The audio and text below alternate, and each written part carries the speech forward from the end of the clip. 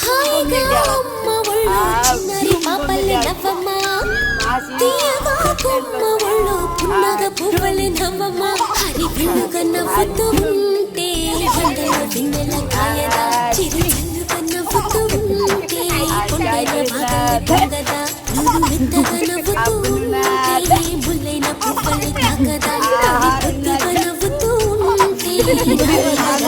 మారదా హాయిగా చిన్నారి పాపల్లి నవ్వమ్మ తీయగా కొమ్మలు పున్నగ పువ్వలి నవ్వమ్మ